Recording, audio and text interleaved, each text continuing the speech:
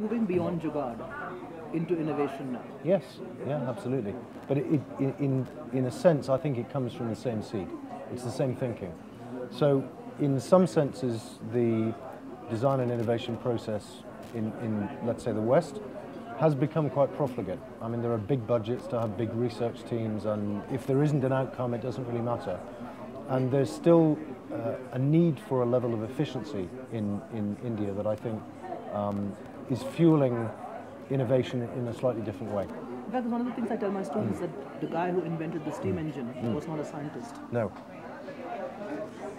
And that's exactly right. There aren't any rules. And I have to say that's another very refreshing thing.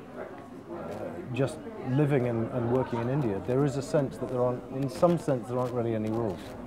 If you can do something and you can make it happen and you can build a business, then there isn't much that's going to get in your way. And how can India or India Inc. or Indian government help innovation? Provide the stage for it, right? So when governments try to manage things like innovation, they almost inevitably get in its way. So yes, maybe it's about providing some education, maybe it's about providing some money. I think the main thing is enabling connection between some of these very small enterprises and some of the SMEs where they can actually just get on and help one another. So network. Network is everything.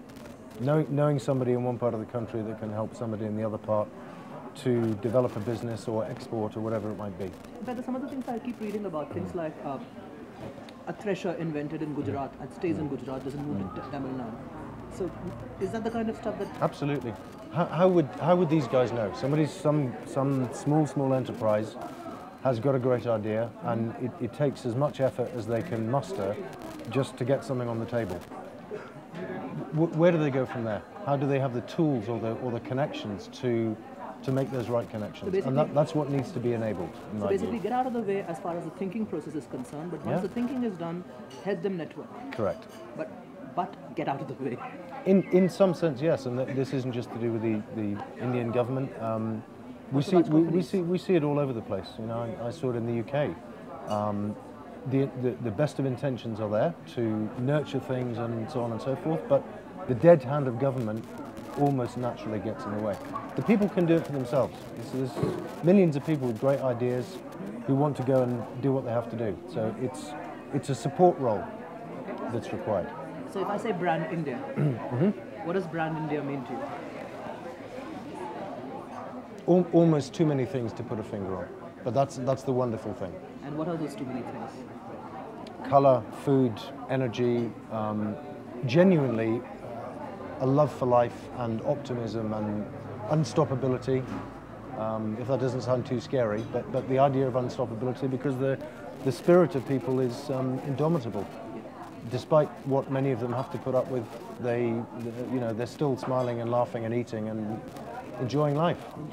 And being positive has to be the starting point to get anything done. So do you have, are you positive about the India story?